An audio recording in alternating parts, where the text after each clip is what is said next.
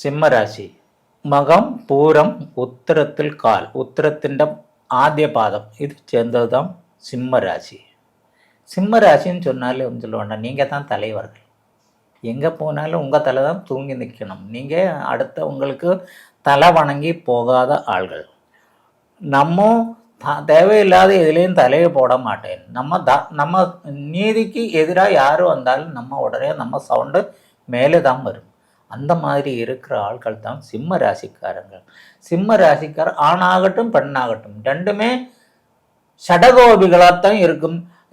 நியாயம் அல்லாத கேட்டால் உடனே அவங்க அதுக்கு ரெஸ்பாண்ட் பண்ணலைன்னா அவங்களுக்கு நிம்மதியே வராது. அதுக்கப்புறம் தான் நம்ம பண்ண தப்போ சரியோன்னு அப்புறம் தான் யோசிப்பேன். இந்த மாதிரி இருக்கும் சிம்ம ராசிக்கார். ஆனால் இவர் நேர்மையானவரும் நல்லவங்களும் தான். நல்ல இறக்க குணம் உள்ளவங்களும் தான். மனசு அளவிலே யாருக்கு வேணுங்க உதவி பண்ணுறதுக்குள்ள நல்ல மனசு உள்ளவங்களும் தான். எல்லா குணத்தையும் இந்த மாதிரி ஒரு கோபத்திலே எல்லாம் கொஞ்சம் சிரமங்கள் வரும். உங்களுக்கு கண்ட சனி 7 சனி நிற்கிற நேரம். 7 சனி நிற்கும் போது உங்களுக்கு அது அவ்வளோ சாதகமல்ல. கண்ட சனிஞ்ச சனியில் 7 வந்தால் கண்ட சனி.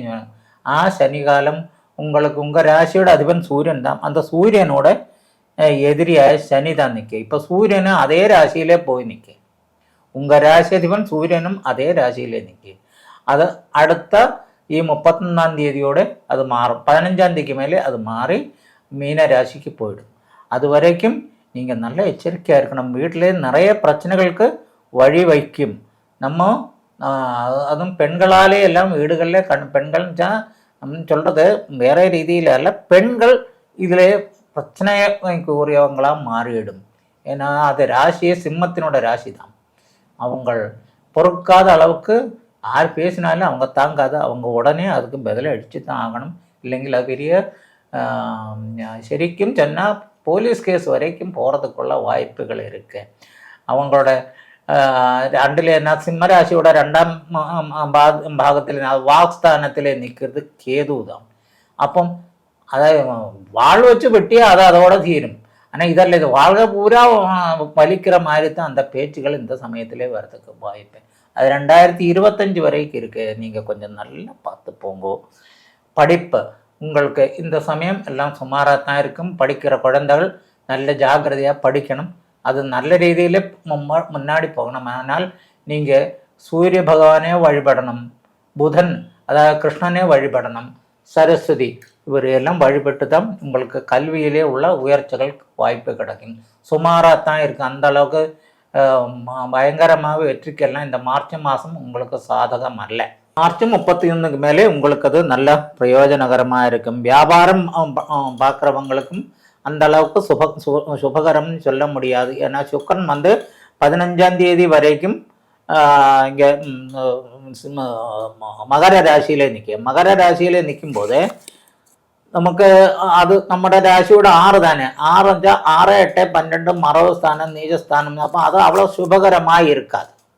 ஆனால் அதுக்கு மேலே மார்ச் 15க்கு மேலே சுக்கரன் நேரே கும்பராசிக்கு போயிடும். சுக்கரன் கும்பராசிக்கு போகும்போது உங்களுக்கு கருத்திலே முன்னேற்றங்கள் கிடைக்கும். நீங்கள் எதிர்பார்க்குற மாதிரி ஏதோ லாபம் எல்லாம் கிடைக்கிற வழிகள் கிடைக்கும். எப்படி இருந்தாலும் வண்டி ஓட்டுறவங்க பார்த்து வண்டி ஓட்டணும். ஆக்சிடெண்ட்டுகள் வர்றதுக்கு வாய்ப்புள்ள நேரம்தான். கொஞ்சம் பார்த்து போங்கோ. நல்ல சனீஸ்வரன் நீங்கள் கண்டிப்பாக சனிக்கிழமைகள் எள்ளு விளக்கு போடணும். சனிக்கிழமைகள் அசைவங்கள் சாப்பிடாம இருக்கணும். உங்களுக்கு கடுமையான போராட்ட நேரம் தான் இந்த நேரம். இது சொல்கிற மாதிரி நீங்கள் கடைபிடிச்சால் உங்களுக்கு அதில் இருந்தெல்லாம் தவிர்க்கிறதுக்குள்ள வாய்ப்புகள் கிடைக்கும். உங்களுக்கு வாகனங்கள் உள்ள வாகனங்கள் வாங்குறதும் கொடுக்கறதும் யோசித்து பண்ண வேண்டிய நேரம். ஏன்னா வாகனத்தின் ராகு உங்களுக்கு 8ல் தான் இருக்குது. உங்களுக்கு கொடுக்கறதும் நஷ்டத்திலே வரும். அதை கொடுத்ததுக்கப்புறம் நம்ம யோசித்து பிரயோஜனம் இல்லை. அது கொடுக்கறதுக்கு முன்னாடி இந்த நேரம் வாகனங்கள் கொடுக்கறதும் வாங்குறதுமான விஷயங்கள் நிறுத்தி வச்சுருங்கோ. அதாவது நீங்கள் அதை சரிக்கு சொன்னால் உங்களுக்கு இந்த 2025 வரைக்கும் அது கொஞ்சம் மாற்றி வைக்கிறது நல்லா தான் இருக்கும். வாகனங்கள் வாங்குறதே கொடுக்க இருக்கிறத அப்படியே பரிபாலித்து கொண்டு போங்க. புதுசாக எல்லாம் ஒன்றும் வாங்க வேண்டாம். உங்களுக்கு நட்டத்தை கொடுக்கும்.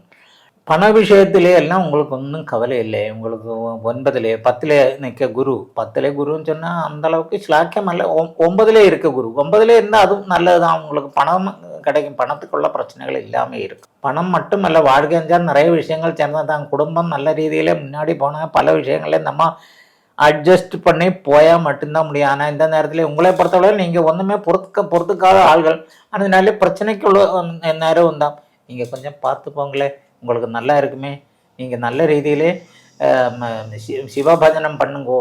குடும்பம் ஐக்கியமாக இருக்கணுமானா திங்கக்கிழமைகளிலே சிவனையும் பார்வதியும் இருக்கிற இடத்துல போய் வெள்ளைப்பூ எடுத்து இரட்டை விளக்கத்து கும்பிடுங்கோ. அதாவது அம்மன் சிவன் கோவிலில் போய் வெள்ளை பூக்கள் கொண்டு, மல்லிகைப்பூ கொண்டு போகாதுங்கோ. மல்லிகைப்பூ வந்து எங்களோட இதுபடி சிவனோட சாபம் கிடைச்ச புஷ்பம். அதனால அது கொண்டு வரலாத. அதே தவிர்த்து முல்லைப்பூ, ஜாதிப்பூ, வெள்ளை செம்மங்கி, வெள்ளத்தாமரை, இது வேணும் கொண்டு வர. நண்டும் கொண்டு போய் 2 சந்நிதியிலையும் கொடுத்து இரட்டை நெய் விளக்கேற்றி கும்பிடுங்கோ. பயங்கரമായ அற்புதங்கள் உங்கள் வாழ்க்கையில் நடக்கிறதுக்கு வாய்ப்பு கிடைக்கும்.